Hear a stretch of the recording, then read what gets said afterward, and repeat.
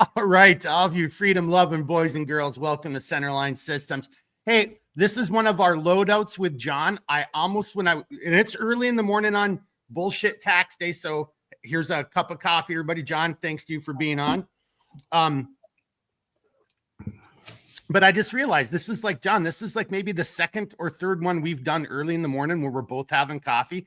This is almost like morning loadouts with John and Mark or something like that, you know. Kind of got a nice little ring to it. Yeah. Hey, we're going to do a loadout today because you know Gimli, a.k.a. the accessorizer, who sometimes goes by the name John, has this propensity, has this superpower of being able to really maximize the space and fit a bunch of stuff in his gear. The man's getting a reputation on our little video. So we're going to start off and we're going to go over the SRDP. But before we go into John's loadout, I just want to throw a couple plugs because it is my channel. Yes, sir. That's right. I'm going to plug my own gear on my own channel. I know, what a horrible thing to do. But the SRDP, what's nice about it is when we came up with this, because I've had a lot of people over the years asking for this product. And then we made it. But I didn't really know a good name. So we did a contest. So the SRDP, that's actually a name, Gary. Gary came up with that. Gary was the winner on that. There were some good names. So just like so many things we do, sometimes I'm like, I'm always too military or whatever in my naming convention. So I threw it out to you guys, had a whole bunch of good entries. It was a fun contest. We gave away some free stuff.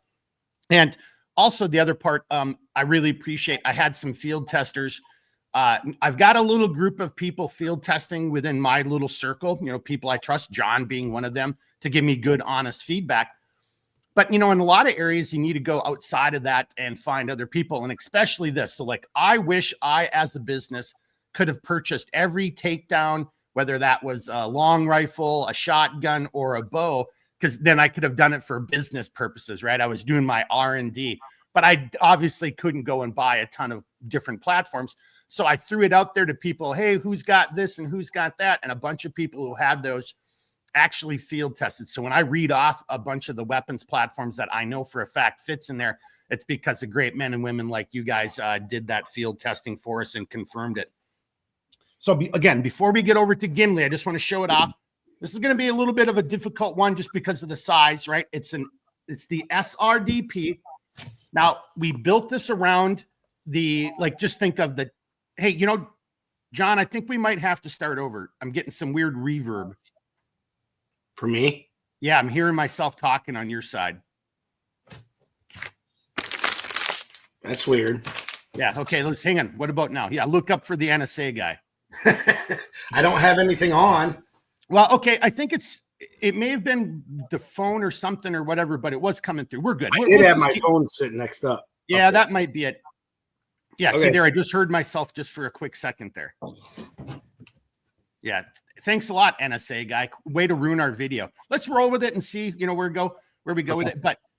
But this was built around a Ruger 1022 because that's most people who had asked for this product had Ruger 1022s and wanted something to carry their 1022 in. And when I bought my 1022, hey, Ruger, don't sue me. No harm, no foul. But I didn't like the pouch either. I was like, oh, what the hell is this? You know what? Good for going to the range maybe, but not if you're out in the field, not attaching to another product, you know, X, Y, and Z. So when you think about this, think about a Ruger 1022. So this product is approximately 10 inches wide by 22 inches tall. And then the depth is about 3 inches, right? There's a little bit of expansion in there. So any product that's approximately like that is going to fit inside of here. And I'll go over a list of the products before we come over to John. But just a couple other things to point out. So a drag handle on the top so you can hang it up, grab it, carry it. Molly on the front, you know, so you can add, you know, pouches for, you know, whatever. Maybe you got lickies and chewies in here, or 22 ammo, or shotgun ammo, or maybe you put a med pouch out here. We'll see what John has in a second. It comes with the shoulder strap, and the shoulder straps connections are on all the corners. So you could carry it this way, you could carry it this way, you could carry it this way. You get the point. Oh, and then there's Molly on the back, so you can mount it to the outside of a rucksack or whatever, if that's how you wanted to carry it, or the skeleton chassis when we finally get that done, or some other item. But here's the thing I really liked. and I hope you guys appreciate too, is so, because, you've got a platform in here and maybe optics, and you're out hunting and, and if you've ever been out hunting, like you're going through some bush, quite often, maybe, well, unless you're like the guy over on the chat, John, I didn't know if you saw his hunting, because some people have the hunting towers. This was like Trump Towers. It's like all carpeted and everything on the inside. I'm like, that's not hunting. That's a vacation spot. Yeah. But so maybe if you're in that type of platform, hey, and you know who you are, RW, so I appreciate it. Good guy. He's over in Europe and they got to do what they got to do. But unless you're in that type of really secure, safe environment, there's, you don't want this platform to get damaged, right? Your life might depend upon this. And think of like you're a bush pilot and this is part of your survival gear. It's almost not fair that they have the guys take bows out on alone, but a 10-22 or a takedown shotgun, again, I'll go over, there's a bunch of them, and it will take some bows, and I'll get to that too.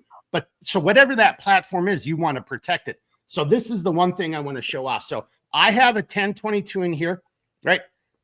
And it's closed. Now I'm going to open it up. All right. So now technically it's now open.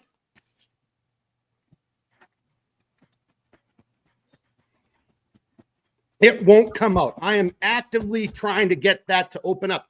And you can see just there how the lid opened up a little bit. It's because of how we designed that lid and and the material we'll use. You actually have to grab it and turn it inside out. And the moment you do that, then your platform is acceptable.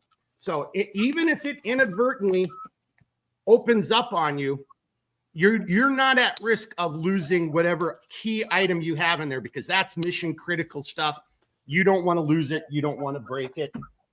And then speaking of breaking things, before I give it over to John, because that's all Marines do is break stuff. So just want to read it off. It's Marine proof. Is there any such thing? A few things. We got Ruger. So it fits. Here's what I know exactly that it fits. Ruger 10-22. M&P 15-22, Henry AR7, Springfield M6 Scout, Chiappa Little Badger, Midland Backpacker 12 gauge. That's got a 16-inch barrel, so that's just a little bit snug on top, but it still fits. The Rossi Tuffy 410 with a 16-inch barrel, same thing again there. You're going to 16-inch barrels on those type of platforms. It's a little bit snug on top. And other ones that, that are along that. So if you just think 22 inches total length, so 10-22, 10 inches wide, 22 inches tall by about 3 inches in depth, and that'll work. But if you do have questions, see the write-up on the website. No one ever reads the write-ups, or just give me a call. And there are some survival bows out there, some takedowns. Some other guys have talked about some. I've looked at Survival Archery Solutions, I think it's called. I'll try to look it up while John's talking, because that's where I think I'm going to go this year. Is I'm going to probably just buy a takedown bow. I'm kind of getting on the mend, and I should be able to get back into archery, but I'm not going to be able to pull a 70-pound draw like I used to. So I'm going to probably bring down my draw strength a little bit. And I like the idea of having it be collapsible, so it's more easily transportable, so I can just take it with me no matter what thing I'm doing out in the woods and assemble it and target practice or take a grouse or whatever I need to do. All right, on that note right there, let's bring it over to the one, the only, the accessorizer. Say hi. As always, give everybody a quick introduction, and then we'll jump into it. What's up, CLS gang? If you don't know me, I'm Gimli, the accessorizer, a.k.a. John, father of two, avid outdoorsman, hunting, fishing, and loving every day kind of thing. You know what I'm saying? So getting into this SRDP. So just to let you guys know, I always talk about the intent of the kits that I make. The intent of this is for me and my boys to go either planking in the summer, or if it's squirrel season, we're going to go out squirrel hunting while one kid's up in the stand, maybe deer hunting with a bow, and me and the other kid are down there shooting squirrels while we're deer hunting. People are like, how the hell are you going to do that? Well, I'll show you here in a second. Okay.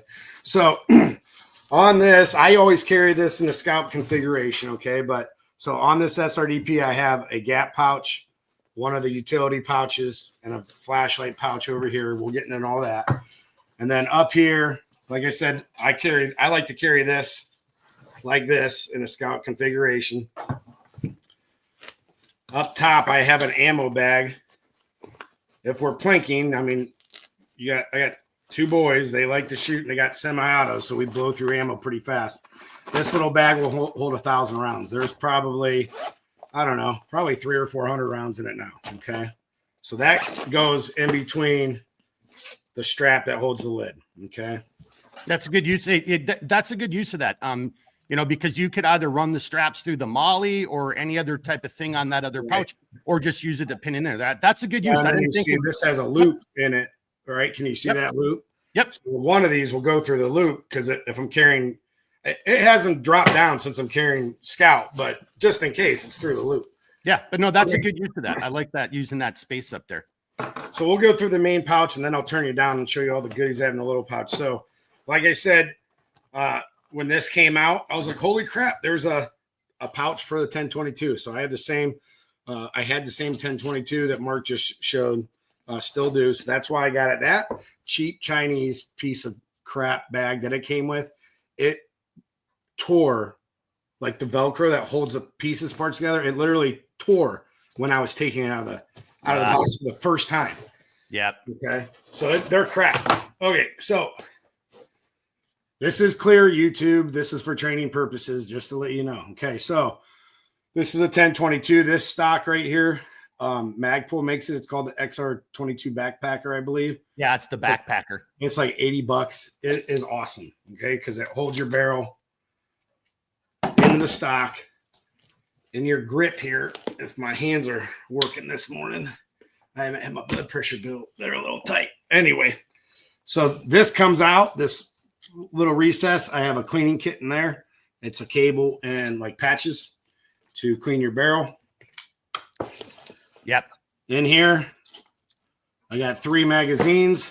I think these are the 10-round rotary mags. So it holds 3 of them there. So if you're hunting 30 rounds, there's plenty. Okay. Well, 40 rounds, 10 in the weapon. Oh, yeah, and I then, guess I'll put another one in there, huh?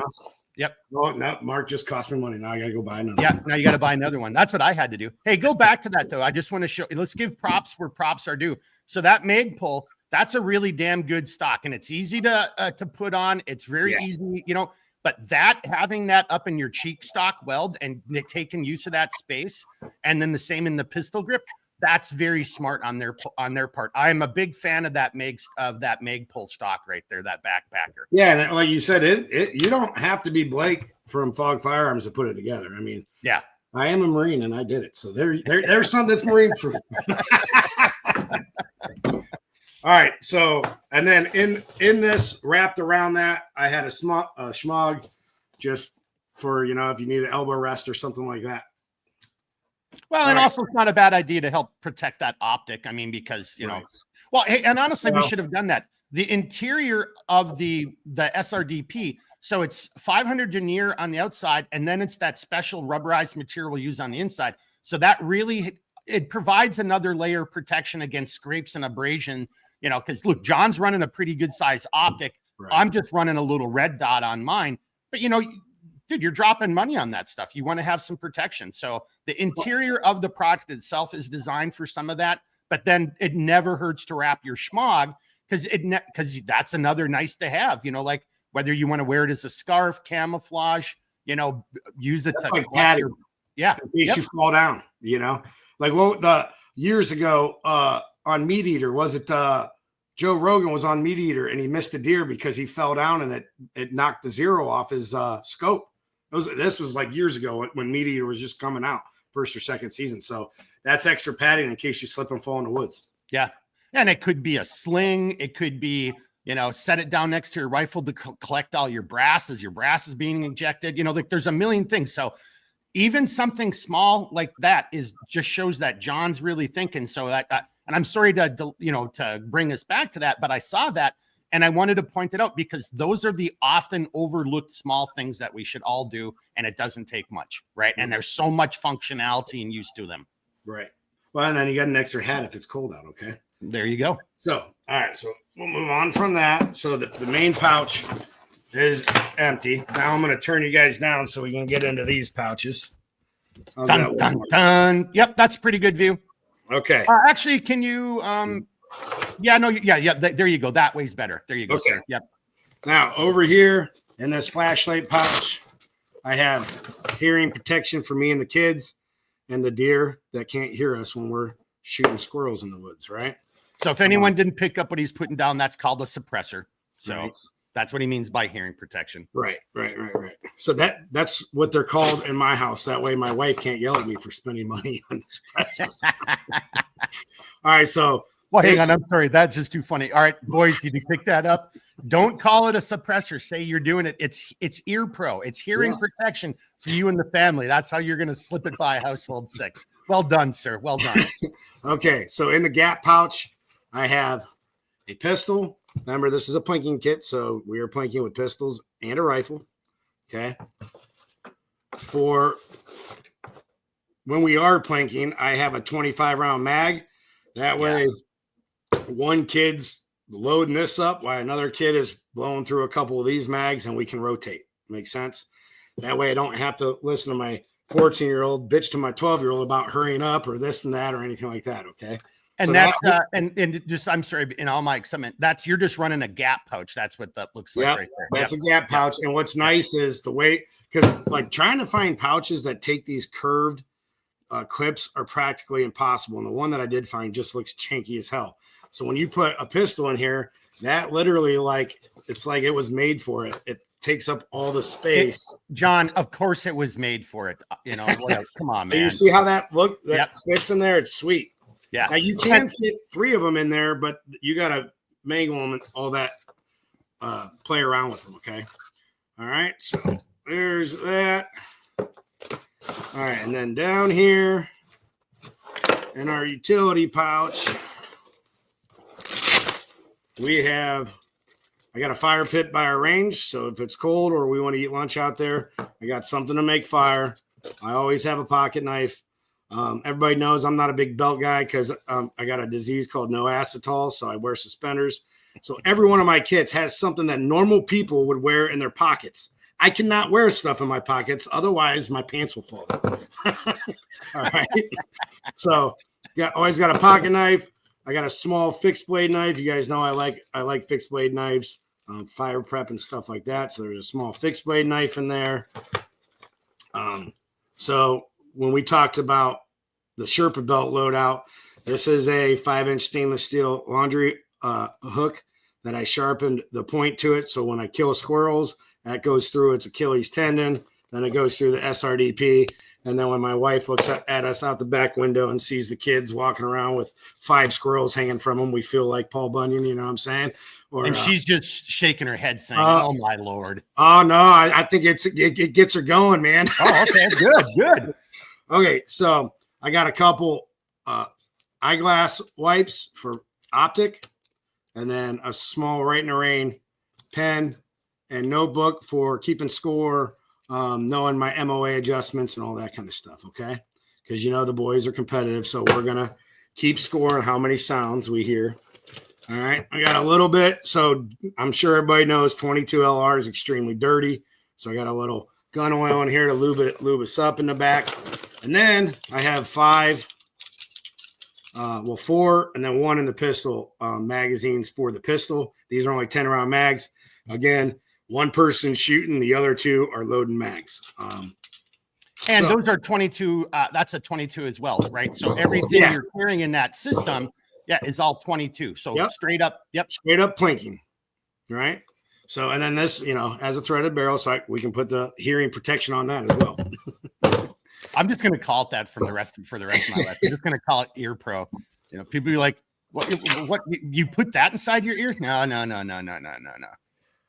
Well, I'll tell you a long story short. The first suppressor I bought, I told the kids I bought it, and they're like, "Oh, Mom, you are in trouble." I'm like, it'll be all right. I said, I'm deaf, and she always yells at me that she's going to yell at me. So we're just going to tell you it's for the kids' hearing protection. So that day, me and the kids went out to lunch, got our haircut and went out to lunch. And I played a lottery ticket at the sports bar we were at. It's like Keno. I don't know if they got Keno up in Minnesota. We hit for $2,200 that paid for the suppressor. I was like, boys, we don't have to tell Mom about the suppressor. That's a crazy story. That's the most money I've ever won on one of those. So that's must have been meant to be. It was meant to be. It was meant to be. Hey, and I just got to throw this out there. It's early in the morning. Again, we're drinking coffee, but look over John's right shoulder. Poochie is just totally crashed out on the floor over there. Yeah, she missed us. We've been gone all weekend at a survival training class, so she's attached at my hip. Hey, we didn't plan that, but you want to give them that a quick shout out and just tell everybody that experience? Oh yeah. So, well, first you got to pimp out the gear chat. If you guys are not a part of gear chat, get on it. There's pictures and videos from that class. The school is called Buckeye Bushcraft. It is at the very southern tip of Ohio, we were right across the river from West Virginia, and Kentucky was 10 or 15 minutes away. So we had 8 kids there. My 2 kids, this will be the 3rd year they've done some type of survival class. I met Jake at Dave Canterbury's school, and then he started his own school the following year. So this is the 3rd year they've had training. I mean, I think the youngest kid was 8 up to my oldest 14. They had a blast. We did land nav, fire making, shelters. It got down to 35 degrees. And those kids, while the adults were up hot tenting up at the school, those kids survived with a poncho for a shelter with a long fire in front of them and sleeping on a bed of leaves with a whoopee. Okay. Got down to 35. So yeah, they do that. The final night, water disinfection, like I said, land nav, shelter. It's a great school. So check it out. He usually has 2 or 3 classes in the spring. Jake from Buckeye Bushcraft. Very easy to find. On Instagram. He's a hell of a photographer. I didn't realize most of the time we were sitting around a campfire, he was editing pictures.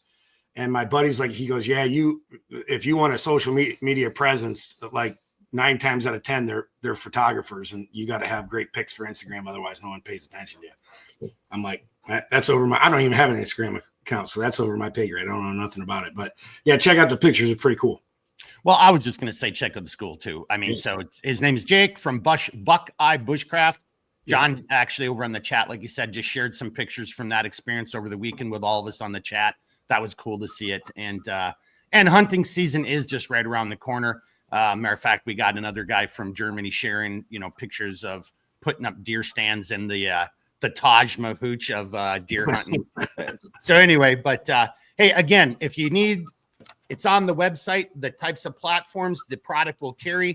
I'll have more information for you this year on some of the archery stuff I'm going to look at on takedowns, because I think that's the direction I'm going this year, because I should be able to get back into drawing a bow and throwing some arrows downrange. And that's kind of my preferred way of doing it. But this is a really nice, and we had so many people asking over the years to make this. And then unfortunately, maybe it isn't great. Maybe it's I got mine type of thing and John's got his, but the economy and just everything that happened during the BS and all that kind of crap. But hunting season's here, boys and girls. Spring season is around the corner, and all the plinking and all the survival. And, again, my last point is if I can do it, right? Because for me, it boils down to how much space does it take up and how much I can carry. And if I have an option, I'm carrying a 1022 or one of these other type of takedowns at all times. And like what John's got set up, and even a small little handgun, or maybe that's even a subcompact on a higher caliber, because you live in an area where there's actual predators you have to be concerned about. A 22 will kill, but a 22 against a 800-pound grizzly bear isn't going to be the same as a 10 mil. So, there's they make a compact 10 mil that'll fit. Definitely. Smith & Wesson, I think, makes a 10 mil that'll fit the gap pouch. Yep. So that's why it's my shield, my 9 mil shield. So that's what I'm just throwing out. I mean, you can attach all kinds of other pouches. If you wanted to, you could attach just a holster out there. I wouldn't recommend that unless your holster has a pretty a level 3 or level 4 retention. You'd be better off just wearing it on your hip, unless you're like John and you've got no ascicitis or whatever you call it. I love that, by the way. I can't even wear a pocket knife without my pants falling down. Freaking hilarious. Or when you get your skeleton chassis out, maybe you could put a 10 mil in that.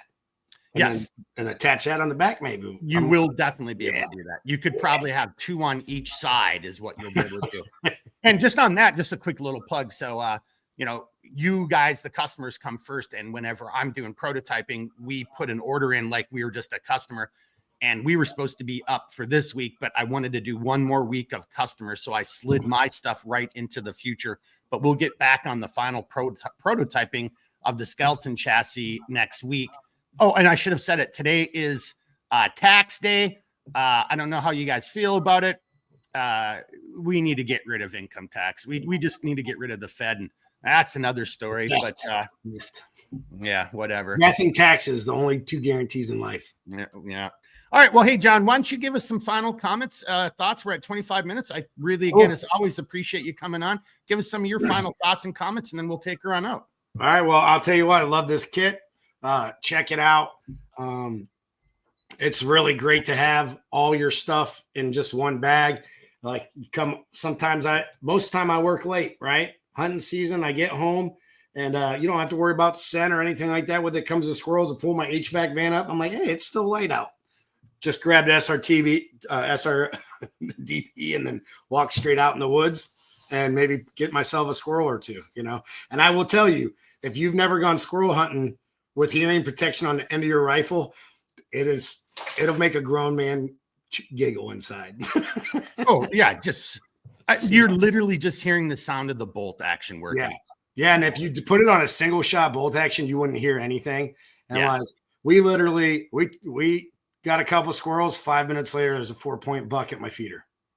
Like, so, he was close. Yeah. And he came right up to the feeder. Now we let him go, but I mean, that just goes to show you, maybe you can kill two birds with one stone. If it's a survival situation, maybe you should have hearing protection on the end of the rifle that way. And then think about this. When you're shooting at a squirrel and you're aiming at its head, because I don't want to mess up any of the meat, and they're 50 yards away, there's a lot of times you miss it. And like literally you're missing it by centimeters, and the damn squirrel goes like this, doesn't have any idea what happened. And then you get him with a follow-up shot right away, because you're just going to move down towards the base of the neck maybe. And you're like, well, if I get him in the spine, I get him in the spine. I mean, I'll tell you, half of the squirrels that we harvested this year, I bet you we missed on the first shot. Well, and then just not only that, I mean, so, it's less alerting towards the animal. There's no report.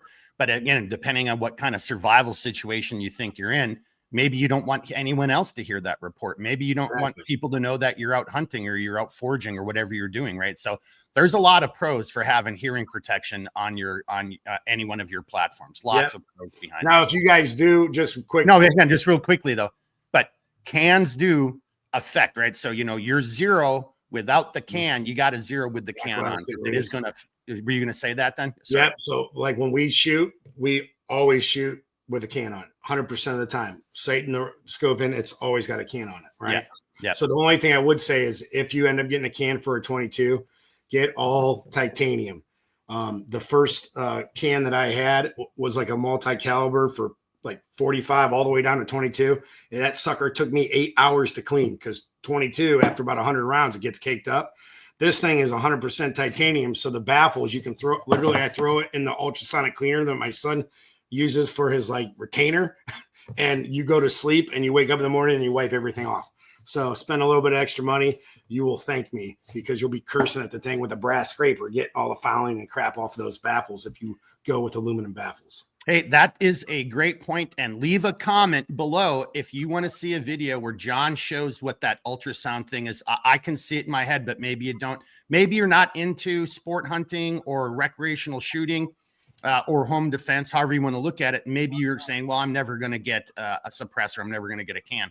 But if you are interested, that's great points right there. That's why I threw out there, hey, you can't just zero your weapon platform and then throw a can on. It just doesn't work that way. Well, I mean, you can do it, but you're not going to be zeroed. You're not going to be accurate. Right. But then there's the cleaning, right? The maintenance of the can, and that's of vital importance as well. So I don't know, John, if you just threw yourself under the bus, but I think that would be a good little standalone video sometime in the near future too. Yeah, maybe we should. Well, we can do it after a planking, the whole summer of planking, and then show before and afters. And all that. Let's do something like that. Okay. I like that idea right there. All right. Well, hey, thanks. We're at about 30 minutes. Hey, everybody, hats off as always to John for coming on and just showing all the great, thoughts that go through his head, how he puts together the gear, and what I really like, I'm not going to lie, is you just never know, right? Again, go back and see one of the other earlier videos. I'm like, oh my gosh, and then it's just like, like he was having a hard time getting something out of the Scout. But then when you see what he had in there, you're like, how in the hell did you get that to fit in there? And what a great idea. That wood stove, that titanium wood stove. Yeah. So thanks for having me on, buddy. You got it. Looks like I got a phone call from Canada. I know what that is. That's a customer from yesterday. So I'll take that in a second. But hey, so it's tax day. Mourn the fact that, your federal government and the Fed and everything is totally out of control and you don't have enough money to, put in your pocket like you should. But I hope you enjoyed the video. As always, hats off to John for coming on. Leave comments below if you want to see that video on can cleaning, can cleanliness. I don't know, not canning food. We're talking about your suppressor. And then, or any other videos you want to see coming out in the near future. We're going to be doing a lot more of this type of content. I'll probably post this today. Why not? It's a good tax day video, I think. Seriously, hey. And if you think you're getting a refund, you're just getting your money back. My gosh, that's like daylight savings. A fraction of your money back. Yeah. Oh, there's more daylight. Oh, look, you didn't get a refund. They had stole that money from you. So, and you don't get an extra hour of daylight. You're just faking yourself out. But anyway, I digress. I guess I don't need alcohol to ramble. I'll just do it with coffee. Cheers. Cheers. All right, everybody. You know the deal. Reach out anytime. I'll do the best I can to help you out. Until then, keep thinking, keep moving, never quit. We'll see you the next one. All right. Thank you. Woo!